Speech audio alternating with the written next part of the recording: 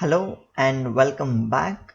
तो आज हम डिस्कस करने वाले हैं एक बहुत ही ज़्यादा इम्पॉर्टेंट, बहुत ही इंटरेस्टिंग और बहुत ही मज़ेदार टॉपिक। ये क्वेश्चन आप में से सबको एट वन पॉइंट और अदर माइंड में आया ही होगा अगर आप शेयर मार्केट में डील करते हो, कि जो आपके शेयर्स हैं उनका जो प्राइस है वो किस तरीके से किया जाता है डिफाइन, कि अगर कोई शेयर है जो मार्केट में ट्रेड कर रहा है तो उसका प्राइस क्यों बढ़ता है और क्यों कम होता है, व्हाट इज द रीजन। ठीक है, तो चलिए स्टार्ट करते हैं डिस्कशन।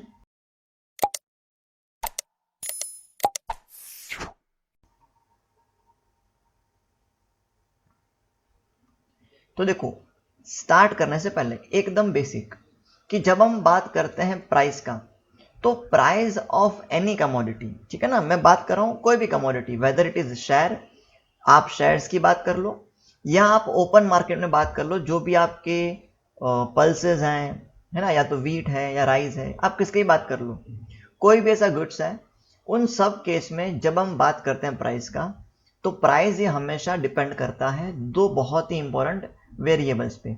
एक वेरिएबल होता है डिमांड, दूसरा होता है सप्लाई। अगर आपका बैकग्राउंड है कॉमर्स, तो आपने कहीं ना कहीं इस पॉइंट को इकोनॉमिक्स में पढ़ा होगा।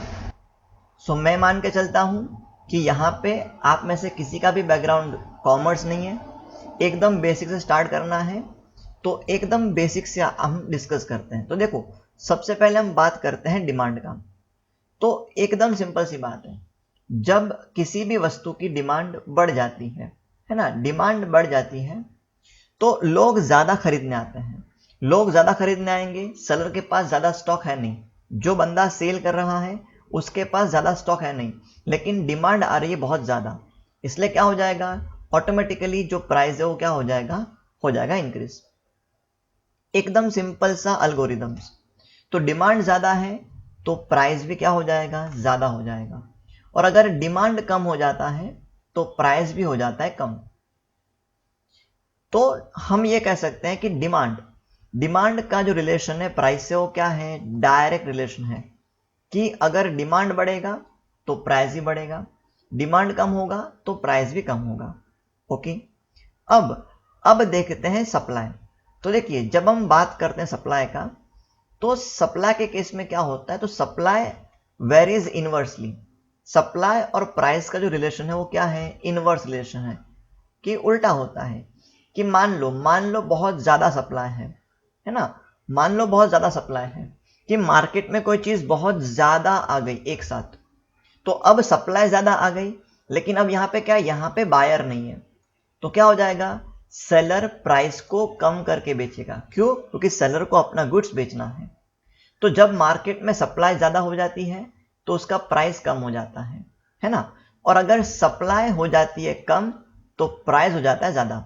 और देखो, समझने समझने वाली बात है, बहुत ही कॉमन सेंस की बात है, कि अगर किसी कमोडिटी का, है ना, मान लेते हैं कि कोई एक गुड्स है, जैसे कि मान लो कि अनियन, तो अब क्या हो गया, अनियन का मार्केट में सप्लाई कम हो गया, लेकिन सप्लाई कम हो गया, लेकिन क्या डिमांड उसका चेंज हुआ है, क्या नहीं, लोग तो उतना ही खरीदने आएंगे।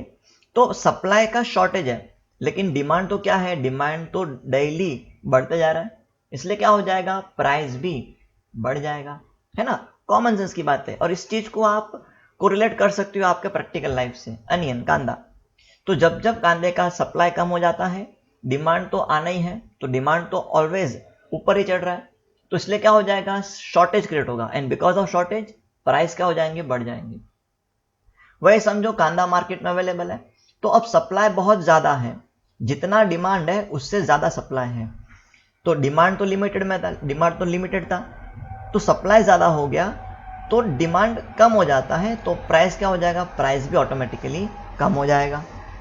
क्लियर? एकदम बेसिक आइडिया, ये एकदम बेसिक आइडिया जो हम डिस्कस करते हैं ऑलवेज इकोनॉमिक्स में। तो शेयर मार्केट में जो हमारा शेयर है, उसके पीछे भी प्राइस मूवमेंट के पीछे यही होता है reason, one of the major reason यही होता है। और इस पर्टिकुलर पॉइंट को आप समझ सकते हो बाय दिस टू डायग्राम्स, ये डिमांड और प्राइस रिलेशन, ये सप्लाई एंड प्राइस रिलेशन।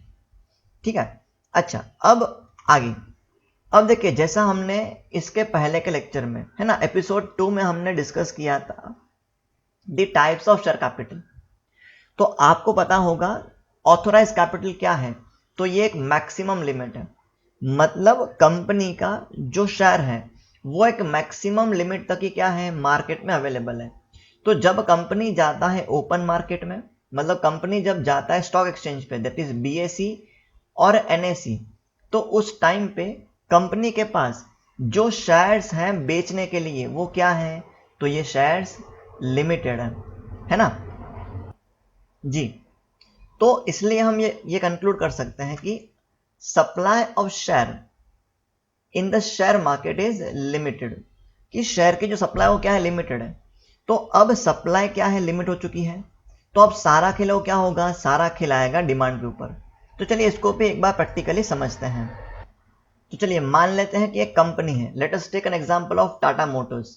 मान लेते हैं कि टाटा मोटर्स है, और टाटा मोटर्स के रिगार्डिंग मार्केट में कोई आ जाता है पॉजिटिव न्यूज़ कि कंपनी को एक बहुत बड़ा कॉन्ट्रैक्ट मिला है, या तो फिर कंपनी ने अच्छा परफॉर्म किया है, या तो कंपनी का जो सेल्स है वो बढ़ने वाला है।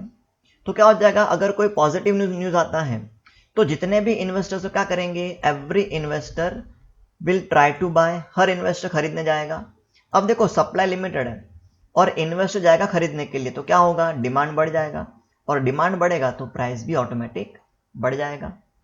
और वही समझो कि आता है निगेटिव न्यूज़ कि कंपनी ने हैवी लॉस किए, कंट्री में लॉकडाउन लग गया तो गुड्स का सेल नहीं होगा, है ना। तो अगर कोई निगेटिव न्यूज़ आ गया तो क्या हो गया, जो हमारा इन्वेस्टर है उसको लॉस करना नहीं है, इसलिए क्या हो जाएगा, जिसके पास भी शेयर है वो हर कोई क्या करेगा, हर कोई शेयर को बेचना चालू कर देगा, तो सेल हो जाएगा आपका ज़्यादा, खरीदने वाला कोई है नहीं बिकॉज निगेटिव न्यूज़ चल रही है, इसलिए क्या हो जाएगा, डिमांड कम हो जाएगा, और साथ में क्या हो जाएगा, प्राइस भी कम हो जाएगा। एकदम सिंपल सा आइडिया। और इसको ही हम कहते हैं, फंडामेंटल एनालिसिस। जैसा मैंने आपको पहले ही कहा है, हम डिटेल में जाएंगे फंडामेंटल एनालिसिस पे, बहुत डिटेल में जाएंगे, बट उसके पहले ये सब बेसिक क्लियर करना ज़रूरी है। तो आई होप आप सबको समझा होगा। इन केस अगर आपको कुछ भी डाउट है आप कमेंट कीजिए, मैं आपके डाउट को सॉल्व करने का पूरा ट्राई करूँगा। और अगर आपको हमसे जुड़ना है तो आप हमसे टेलीग्राम पे जुड़ सकते हो, इसका लिंक हमने दे दिया है डिस्क्रिप्शन बॉक्स में, और टेलीग्राम पे आपको इस लेक्चर की सारी स्लाइड्स एंड पीडीएफ अवेलेबल है। तो चलिए बाय, मिलते हैं आपसे नेक्स्ट लेक्चर में, तब तक के लिए जय हिंद।